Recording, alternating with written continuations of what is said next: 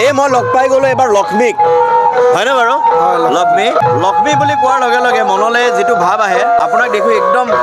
এই ৰূপসজ্জা সাজসজ্জাই আপোনাক কেনেকুৱা এটা ৰূপ প্ৰদান কৰিছে আজি লক্ষ্মীয়ে কেনেকুৱা চৰিত্ৰ মানে লক্ষ্মীৰ ৰূপ কেনেদৰে ইয়াত ফুটি উঠিব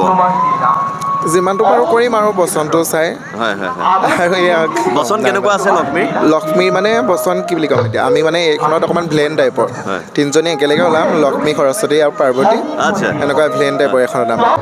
সৰস্বতীক লগ পাই গ'লো মা সৰস্বতী আৰু মা লক্ষ্মী আই আপোনালোক দুয়োকে আমি শতকোটি প্ৰণাম জনাইছোঁ আচলতে এটা কথা যে আমাৰ মাজুলীত মই ৰাসতেও চাইছোঁ যেতিয়া বৃন্দাবনৰ সেই গোকুলত বৃন্দাবনত কৃষ্ণ প্ৰৱেশ হয় আৰু মধ্যনিশা আমি সকলোৱে সেৱা কৰেগৈ গতিকে ইয়াত এই ভাওনা মানে পূজা ভাওনা মানে আমাৰ এক আধ্যাত্মিক ৰস আছে গতিকে মই এক্সকিউজ মি কৰি থাকোঁতে বহুত মানুহ লগ পাইছোঁ কিন্তু লক্ষ্মী আৰু সৰস্বতীক আজিলৈকে লগ পোৱা নাই আজি প্ৰথমবাৰৰ কাৰণে লগ পাইছোঁ আৰু মোৰ ভাগ্য যে ভাওনা কৰি আছে কাৰণে লগ পাইছোঁ আপোনাৰ বচন এফাঁকি কৰি দিয়ক নাৰদ তোমাৰ দুবিধা মুক্ত মনে ব্যক্ত কৰা আমিও জানিব বিচাৰোঁ যে গোটেই বিশ্বক দুবিধাত পেলাই